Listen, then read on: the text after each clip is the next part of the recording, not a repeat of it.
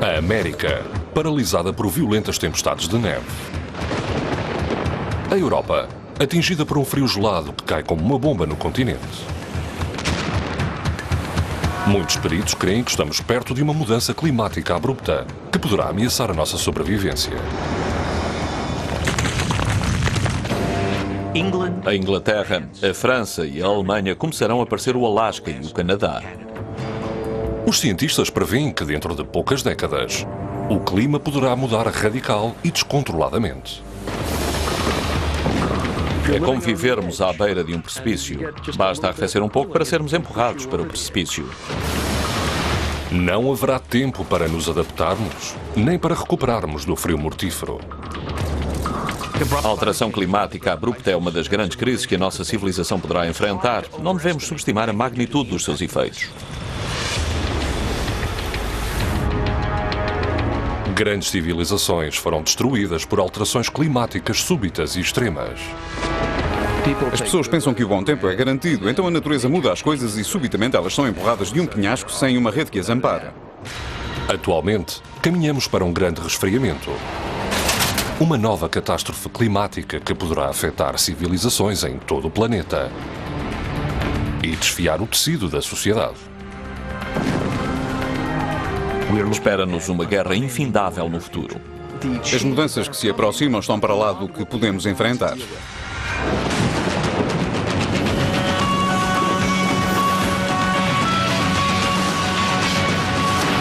Mega desastres. Prontos para uma próxima glaciação?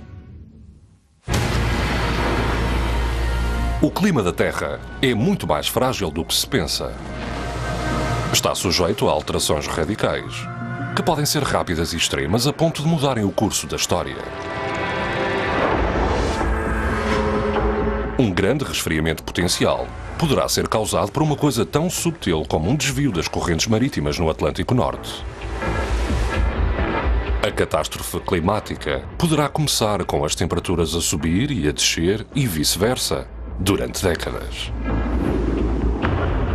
Paradoxalmente, à medida que as regiões do Sul aqueçam, as zonas do Norte tornar-se-ão muito mais frias.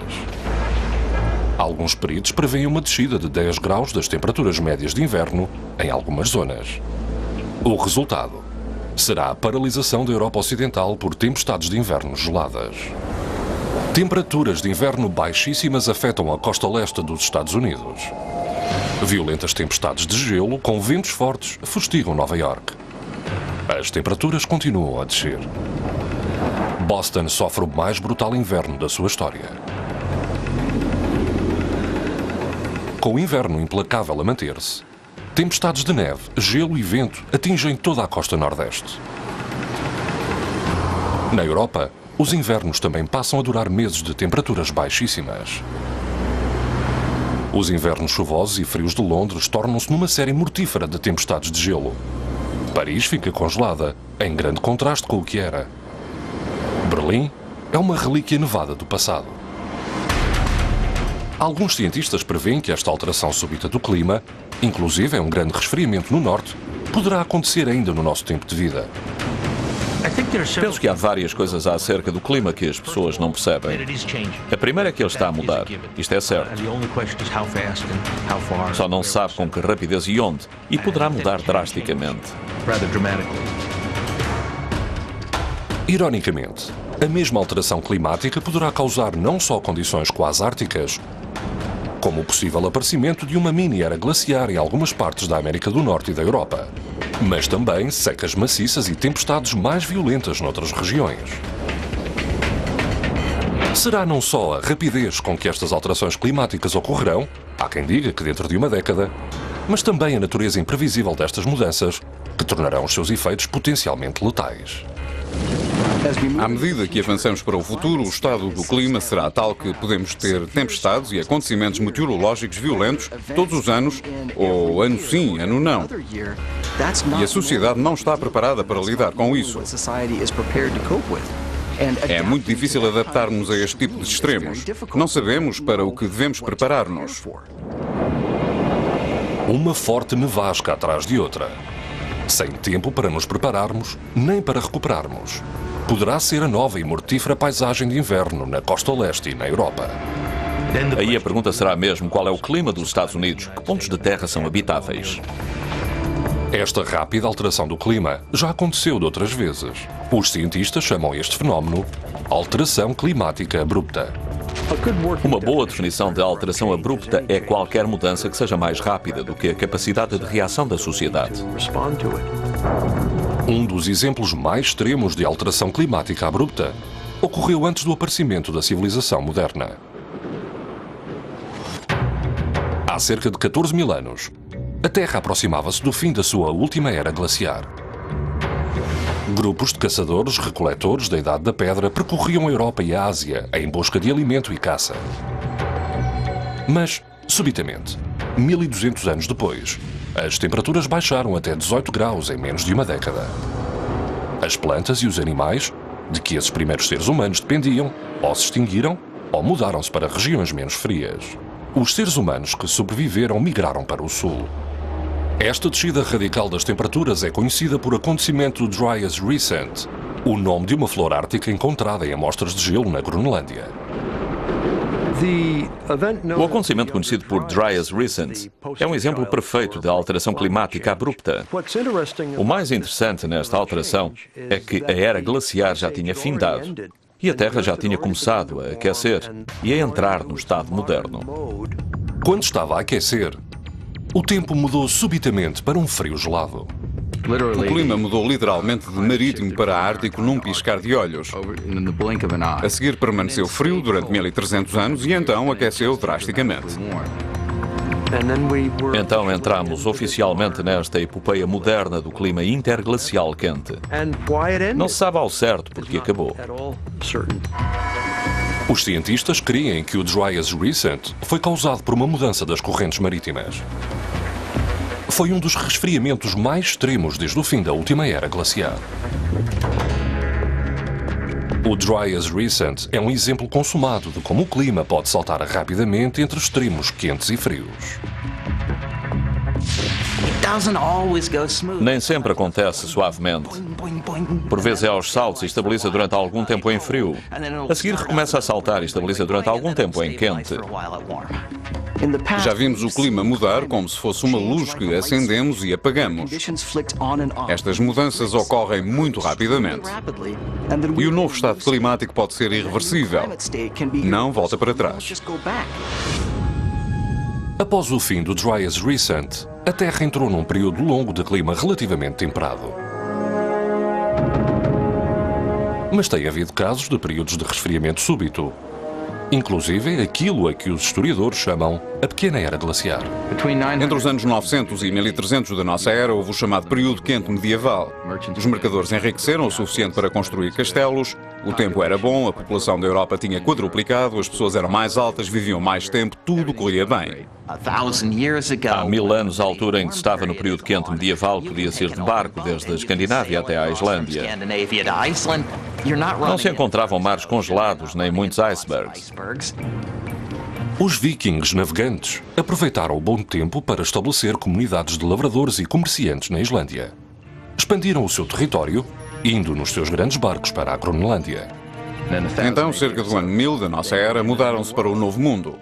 Não prosperaram muito, mas estavam lá e deixaram na Groenlândia 2 colónias que tinham sido uma preparação para alcançarem o Novo Mundo.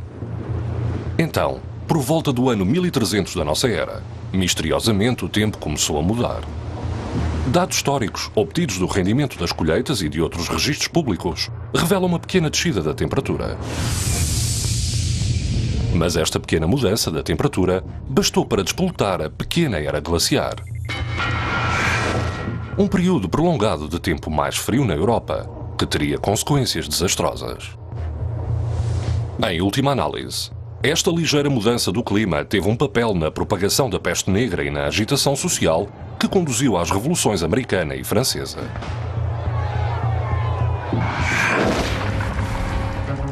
Investigadores do Instituto Oceanográfico Woods Hole procuram pistas relativas a mudanças climáticas passadas, colhendo amostras de sedimentos do fundo do mar. Descobriram provas intrigantes da Pequena Era Glaciar. O fundo do mar é um repositório das conchas e dos animais que cresceram nas águas subjacentes e dos sedimentos que deram à costa. Estas camadas revelam-se nas amostras e com estas obtemos um registro que talvez abranja 100 mil ou mesmo 1 milhão de anos. As amostras de lama são um retrato dos registros dos climas passados. Entre eles, alterações extremas como a pequena era glaciar. Temos registros da temperatura da superfície do mar, da temperatura das profundezas marítimas, da salinidade, do vulcanismo, da atividade solar. Com isto podemos medir coisas incontáveis. As amostras são depois datadas pelo carbono radioativo num acelerador de partículas. A datação pelo carbono radioativo é um meio que nos permite juntar registros climáticos e mudanças do sistema da Terra a partir de amostras de sedimentos e relacioná-los com o registro histórico de até há 40 mil anos. Vimos que o fundo da amostra tem cerca de 1700 anos. Nessa época, isto era o fundo do mar, pelo que sedimentos se acumulam continuamente. Há 1700, há 1500, há 1000 e há 500 anos. O início da pequena era glaciar e a atualidade. E daqui a 100 anos talvez haja mais alguns centímetros de sedimentos aqui. As diferenças subtis da cor da lama são dados microscópicos que apontam para uma mudança das correntes marítimas durante a pequena era glaciar. Esta prova do próprio mar confirma uma descida de entre 1,5 grau e 3 graus da temperatura média. Mas esta pequena diferença de temperatura foi o catalisador de um violento desastre climático que fez mudar o curso da história e causou a morte de milhões.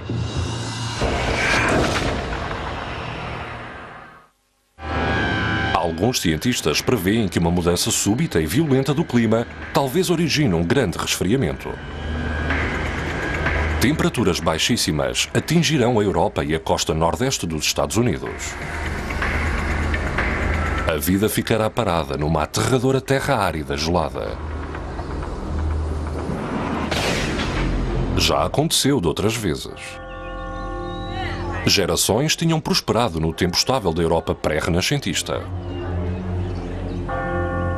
Mas no século XIV, sem aviso, este mundo previsível foi virado ao contrário pela chamada Pequena Era Glaciar. Uma das coisas que aconteceram foi a variação do quente para o frio e novamente para o frio. 1309 foi frio, 1315 foi quente, 1317 foi novamente frio. E os animais e as outras coisas reagiram de modos diferentes. Se chovia muito, os cultivos apodreciam nos campos ou germinavam demasiado cedo ou nem germinavam. O clima mudava rapidamente de frio para quente e de úmido para seco. Mas este clima incerto inicial foi só um prelúdio de alterações catastróficas de proporções épicas. Nos séculos seguintes, o tempo variou continuamente a temperaturas entre meio grau e 3 graus mais baixas do que o normal. Esta pequena mudança bastou para despertar um assassino gelado. Em todos os Alpes e toda a Europa, e na verdade na América do Norte, no Canadá e no Ártico Canadiano Oriental, vemos indícios claros de que durante a pequena era glaciar os glaciares avançaram. A diferença de apenas alguns graus despoltou um ciclo perpétuo de realimentação. Mais gelo reflete mais a luz do Sol e com isso o Sol não nos aquece tanto, o que faz mais frio e forma-se mais gelo. À medida que os glaciares se expandiam, os vikings sofreram o primeiro embate do mortífero resfriamento do clima. Deixaram de viver da agricultura para viverem dos recursos marinhos, pois já era com dificuldade que criavam animais suficientes nas quintas. Mas com as temperaturas a continuar a baixar, tempestade e ventos gelados abateram sobre as povoações. Até o mar deixou de ser uma esperança de sobrevivência para os famintos vikings. Em redor da Islândia, o mar gelado expandiu-se, o que impediu as pessoas de pescar. E como os barcos de pesca não tinham cobertas, eram particularmente vulneráveis ao mau tempo. Após décadas de expansão, de brandir machados de guerra, de pilhagens e saques, os vikings foram derrotados por uma descida súbita da temperatura. 10 anos muito frios, entre eles um dos mais frios já registados, o de 1355 da nossa era, encerraram a colónia ocidental. 100 anos depois, as colónias mais a sudeste também encerraram. Os vikings sobreviventes migraram para sul e foram assimilados por populações que viviam na Europa continental. A sua cultura sem medo passou à história.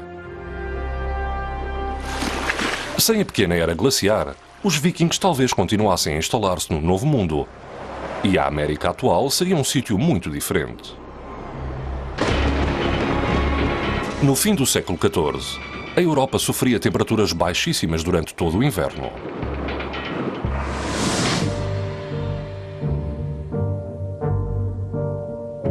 Numa reação em cadeia provocada pelo tempo frio e tempestuoso, as calamidades sucediam-se. As colheitas falhavam e a escassez de alimentos afetava toda a Europa. O frio intenso alastrava a toda a Ásia, mas era apenas o começo. Tempestades impiedosas mataram pelo menos 7 milhões de pessoas. As cheias resultantes causaram um aterrador e famigerado efeito de recuo na Europa. Todos conhecem a peste negra, mas uma história menos conhecida é o papel que o clima talvez tivesse no seu aparecimento.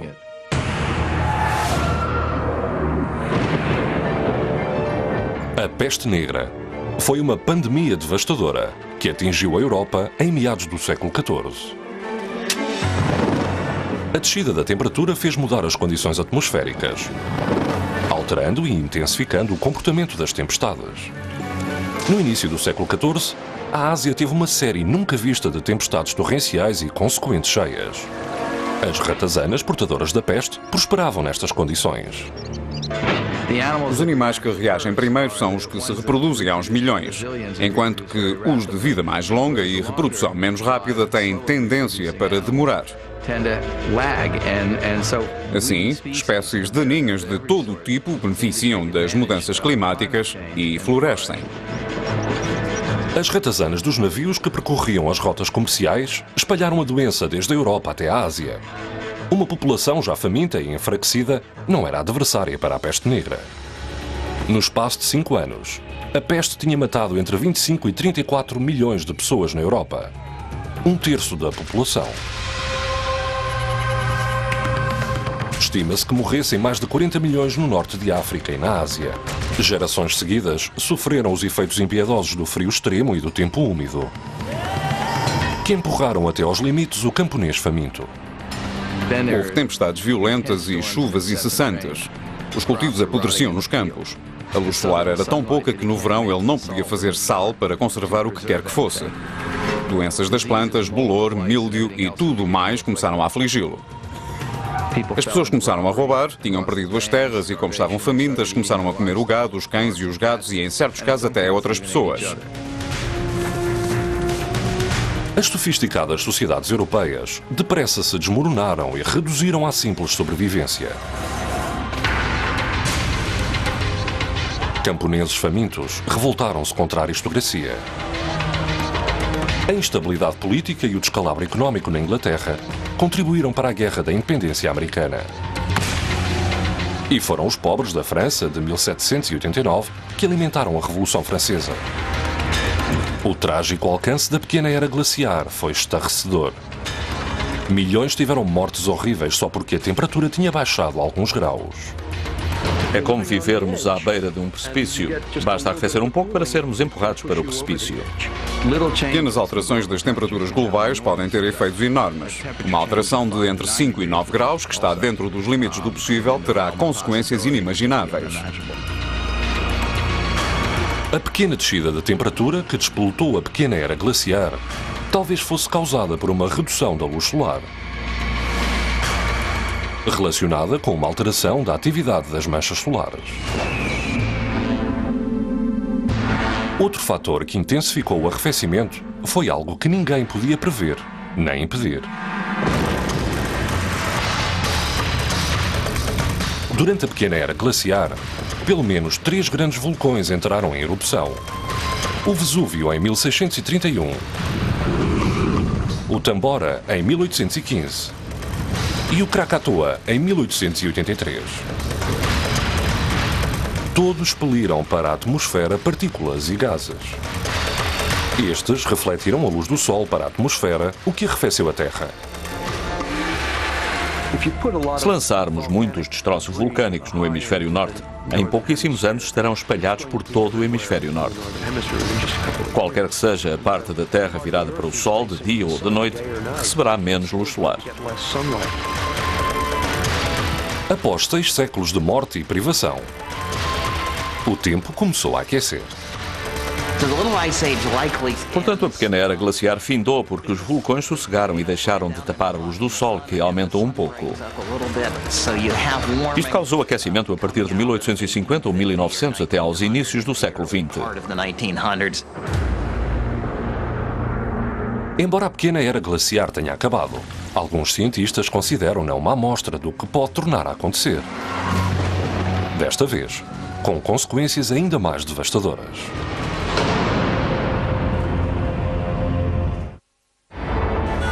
Os peritos creem que no futuro um grande resfriamento poderá causar uma série de acontecimentos meteorológicos catastróficos.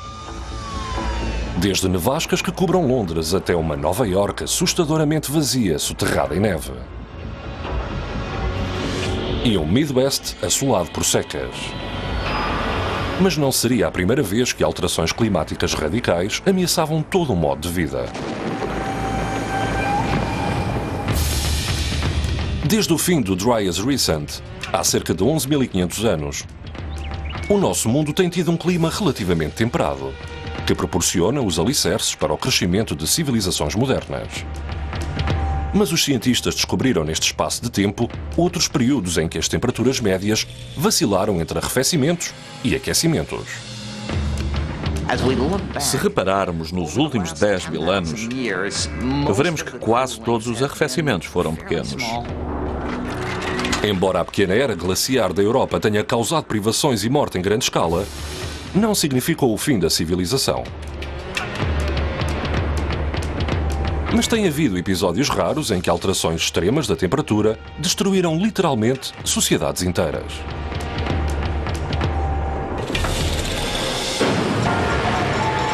Talvez tenha sido uma alteração assim que causou o desmoronamento do grande Império Maia.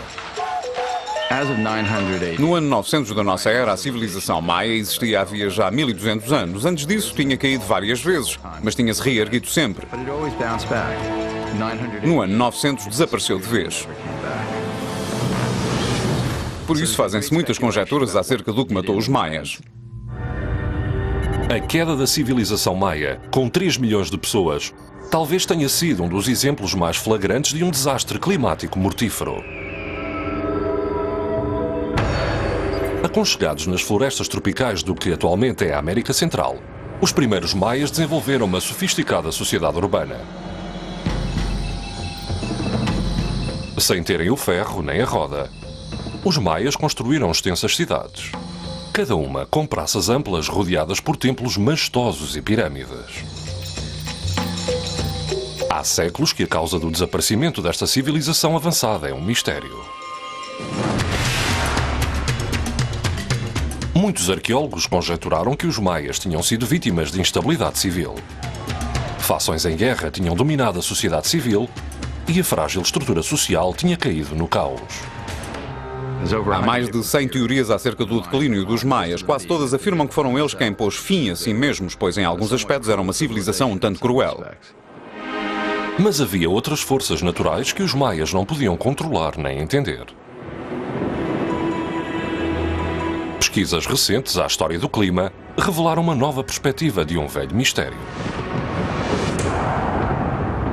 Os investigadores continuam a pesquisar, mas alguns creem que uma descida diminuta das temperaturas globais talvez desse início ao fim do Império Maia. O maior desafio aos maias foi a gestão das provisões de água ao longo das estações úmidas e chuvosas e das secas ocasionais. Nas diversas regiões da civilização maia, as cidades eram construídas perto de nascentes de água natural, onde a água era recolhida naturalmente e estava disponível mesmo durante toda a estação seca. Mas em algumas partes da região, a água subterrânea era inacessível.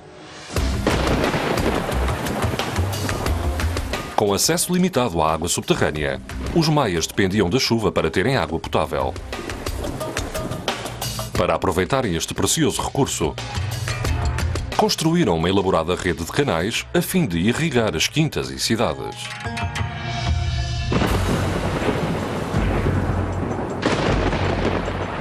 Com a ajuda de chuvas regulares, os maias evoluíram de simples sociedade de subsistência para próspera cultura sofisticada, com um interesse ávido pela literatura, pela arte, pela matemática e pela astronomia. Os maias traçaram o mapa das órbitas das estrelas através dos seus observatórios, chegando a orientar os edifícios religiosos segundo linhas astronómicas. Mas não podiam saber que a sua cultura magnífica teria um fim súbito. Tudo devido a uma mudança que talvez até tivessem notado. Vemos que na história se repete um padrão em que as pessoas consideram como garantido o bom tempo. No essencial, elas multiplicam-se e expandem-se para lá da capacidade da Terra. Durante centenas de anos, o poderoso povo maia dependeu do ciclo previsível da chuva para sustentar o seu vasto império na América Central. Então, foi atingido por extensos períodos de secas devastadoras. Paradoxalmente, as secas talvez fossem resultado de uma descida da temperatura global. Há quem diga que os astrónomos maias tinham notado uma pequena alteração do aspecto do Sol.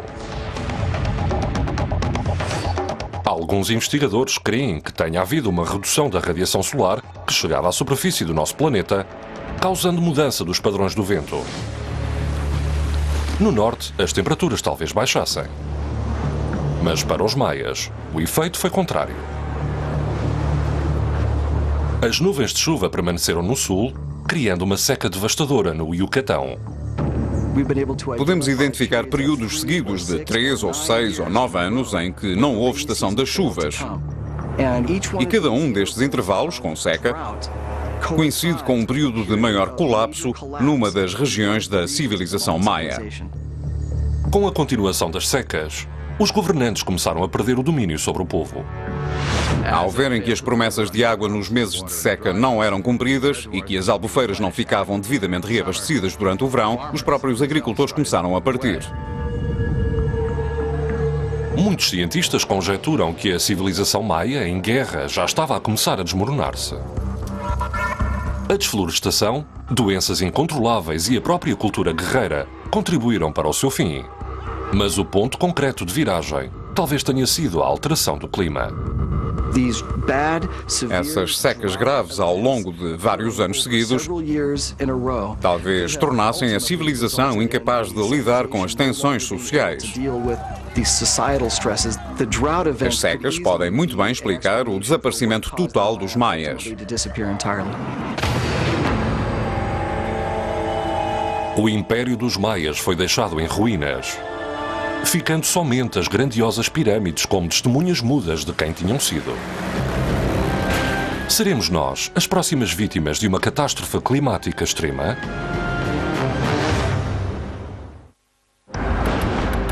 Os peritos avisam-nos de que uma descida da temperatura de apenas alguns graus pode arremessar partes do hemisfério norte para uma nova pequena era glaciar.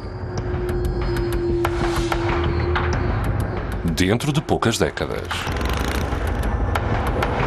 Os invernos relativamente moderados do litoral leste americano e da Europa Ocidental poderão tornar-se paisagens geladas áridas.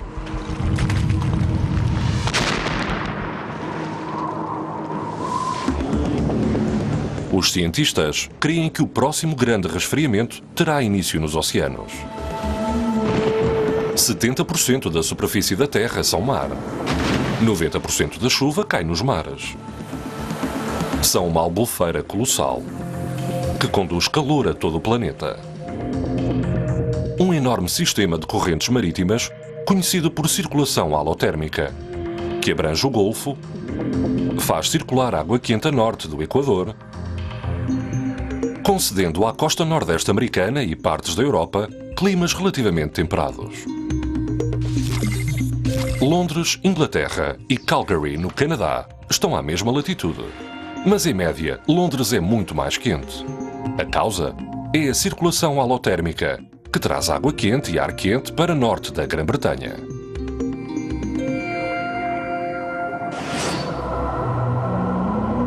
À medida que o calor é absorvido pela atmosfera, a água da superfície torna-se mais fria, mais salgada e mais densa.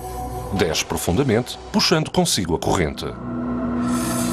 Portanto, no inverno a água arrefece muito. Com isso contrai-se, e esta contração torna-a mais densa. Assim afunda-se e é substituída por água quente. Num ciclo perpétuo, a circulação halotérmica segue então para sul, onde é novamente aquecida no Equador e continua o seu ciclo de retorno ao norte. Este sistema imenso depende de um equilíbrio delicado entre água quente e fria e água doce e salgada. Se perturbarmos qualquer das suas partes, poderemos criar uma mini era glaciar em pontos do hemisfério norte. E há uma alteração que já está a acontecer. O aquecimento global está a fazer aumentar as temperaturas do mar. Os oceanos estão a aquecer. Quase todos os glaciares do planeta ficaram menores ao longo dos últimos 100 anos. Há reduções do gelo marinho no Ártico. As coisas acontecem mais cedo na primavera e entram mais tarde no outono do que antes. Portanto, há um grande número de indícios de que o planeta está a aquecer. Este aumento das temperaturas do mar poderá causar a paragem da circulação halotérmica, o sistema que leva calor à região do Atlântico Norte. A capacidade calorífica total do oceano é 1100 vezes maior do que a da atmosfera.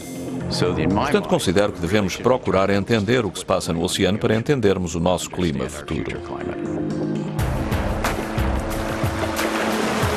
Investigadores do Instituto Oceanográfico Woods Hole recorrem a muitos meios para estudar o mar em mudança. Dispositivos comandados à distância, chamados flutuadores, acompanham as alterações do estado do mar. São como balões meteorológicos para o mar. Durante 10 dias avançam à deriva nas profundezas e depois sobem à superfície, registando a temperatura e a salinidade e transmitindo estes dados a um satélite. Temos um programa para mobilizar milhares destes balões no oceano global e conhecer assim pela primeira vez, em regime contínuo, o calor e o teor em sal do mar. É um meio novo e revolucionário para vermos os processos climáticos em ação no mar. Usando os dados transmitidos por instrumentos como os flutuadores, os cientistas criam em computador modelos que seguem e projetam as alterações climáticas. Recentemente, os investigadores encontraram indícios claros de um acontecimento perturbante. O aquecimento global está a fazer fundir os glaciares e lençóis de gelo, causando assim um aumento do caudal de água doce que entra na circulação halotérmica. Um processo a que chamam adoçamento. Esta água doce poderá desfazer o equilíbrio crítico entre a temperatura e salinidade que alimenta a circulação halotérmica. Isto significa que essas águas quentes já não vão para norte e que param muito mais longe a sul. Portanto, todo esse calor que de outro modo aqueceria o hemisfério norte fica no sul, o que significa que, por exemplo, lá há mais energia na atmosfera e mais tempestades e assim por diante, mas há muito mais frio no norte. Se a circulação halotérmica for perturbada, poderá resultar uma alteração climática abrupta tão intensa como a pequena era glaciar. As temperaturas poderão baixar drasticamente no Atlântico Norte em apenas uma década. Se a circulação halotérmica parar, as alterações das temperaturas médias resultantes poderão situar-se entre 8 e 12 graus. Mas isto será em média. E é nítido que os extremos possivelmente resultantes de tal alteração das temperaturas médias poderão ir muito além disso. A Inglaterra, a França e a Alemanha começarão a aparecer o Alasca e o Canadá. E estas partes do mundo, em particular o Alasca, talvez se tornem ainda mais frias.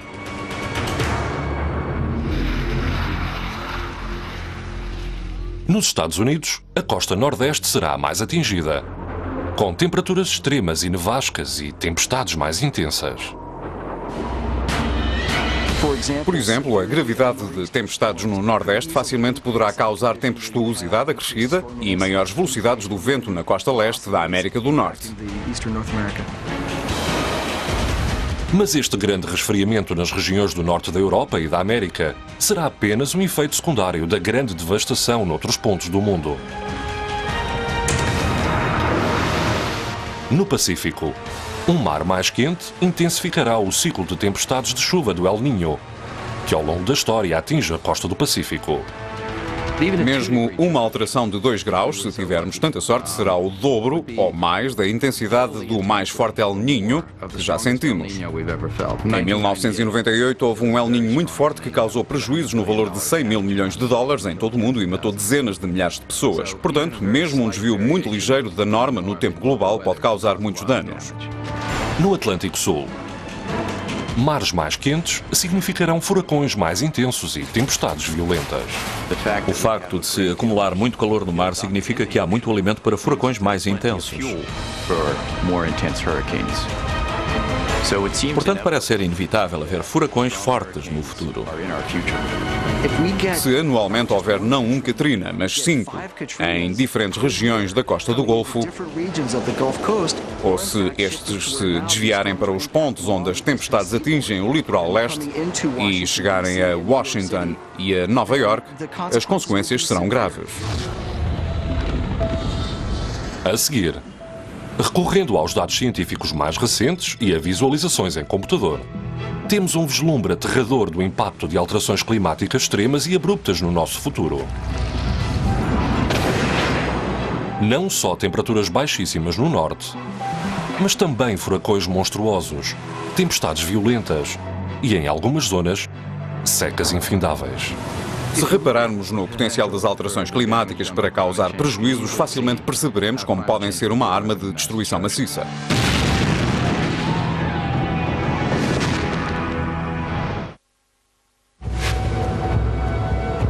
Desde o acontecimento Dry as Recent, há mais de 12 mil anos, até à pequena era glaciar, mais recente, as alterações climáticas extremas têm tido efeitos catastróficos na humanidade. As alterações climáticas que poderão ocorrer no futuro serão imparáveis. Sabemos que, no passado, condições como o desvio da circulação alotérmica duraram milhares de anos. Recorrendo às mais recentes pesquisas, a previsões de peritos e à animação por computador, vamos mostrar a pior situação hipotética.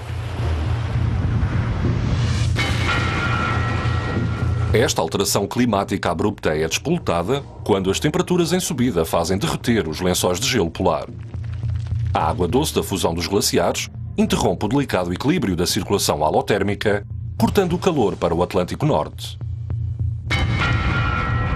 As temperaturas médias na Europa e na América do Norte baixam perigosamente.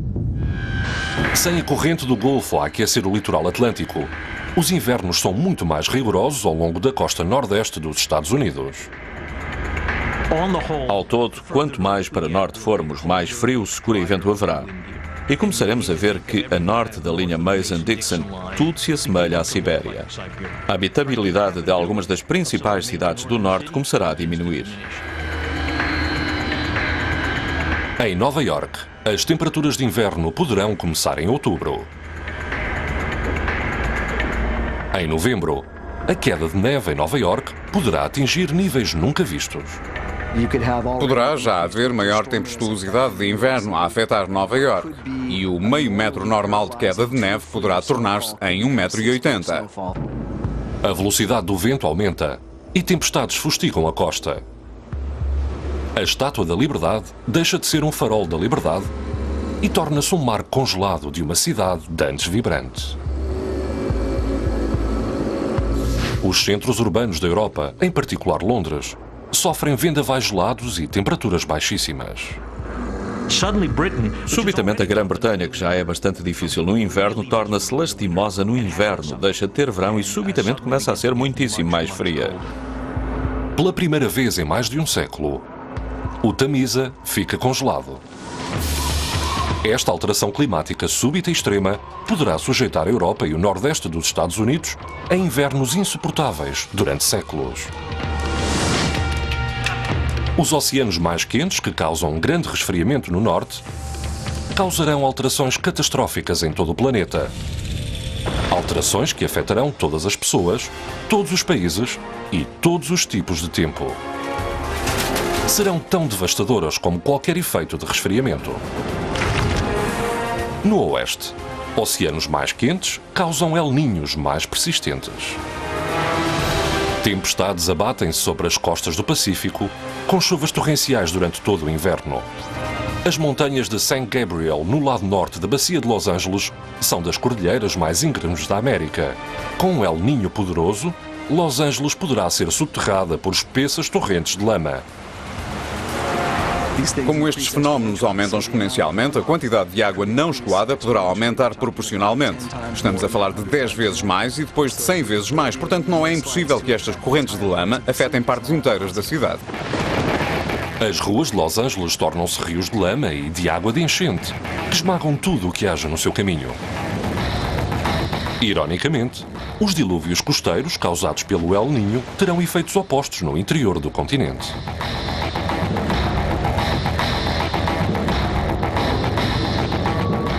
Causarão secas devastadoras. A região produtora de cereal do Midwest americano desaparece.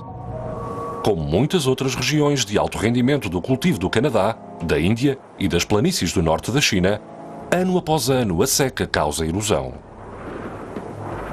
Há 6 mil milhões de pessoas a tirar 40% do seu sustento de 5 colheitas principais cultivadas em poucas regiões produtoras de cereal em todo o mundo. Se a seca se intensificar nessas regiões, haverá 90 países importadores com grande dificuldade em alimentar os habitantes. Oceanos mais quentes criam tempestades poderosas. Furacões e ciclones atingem magnitudes extraordinárias. Em quase todos os sítios do mundo, as pessoas vivem numa faixa de cerca de 150 km adjacente ao mar. Onde quer que estejamos, a população vive perto do mar, na China, no Japão, na Europa, na América, na África, em toda a parte. Estes sítios são os mais vulneráveis a perturbações climáticas, serão os mais atingidos. Uma catástrofe traz outra. Como a bola de uma máquina de flippers a bater num alvo e a saltar para o seguinte. Portanto, estamos a ver uma situação em que o Oeste lida com os seus problemas de água, as zonas dos furacões lida com furacões, o Nordeste lida não só com tempestades de vento, mas ainda com tempestades de granizo e tempestades de gelo, que também são um fardo. E o Midwest lida com os enxames de tornados, o que causa uma quantidade enorme de prejuízos.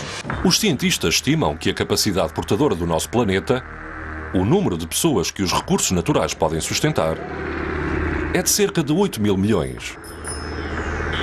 Algumas projeções indicam que alterações climáticas catastróficas poderão reduzir a capacidade portadora para 2 mil milhões de pessoas. Só um terço da população mundial atual seria capaz de sobreviver.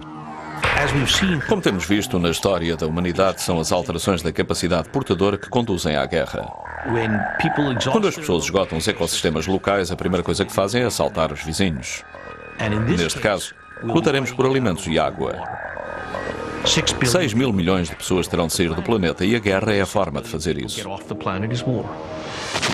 Por isso penso que as alterações climáticas são um tema tão urgente. São a receita para os conflitos. Se não conseguirmos impedir a pior situação hipotética, espera-nos guerra infindável no futuro. Esta visão do futuro é um mundo aterrador, em que o clima de que todos dependemos, subitamente, se vira contra nós. Uma existência pavorosa em que só os mais fortes e os mais afortunados sobrevivem. Talvez ainda haja tempo para tomar medidas que nos poupem a este destino. De outro modo, nós, como outras civilizações anteriores a nós, talvez sejamos vítimas da força implacável da natureza e de uma alteração climática catastrófica. Se a longo prazo houver alterações e extremos acrescidos provenientes de diversas origens, é aqui que talvez nos esperem grandes surpresas. E a nossa sociedade não lida bem com as surpresas.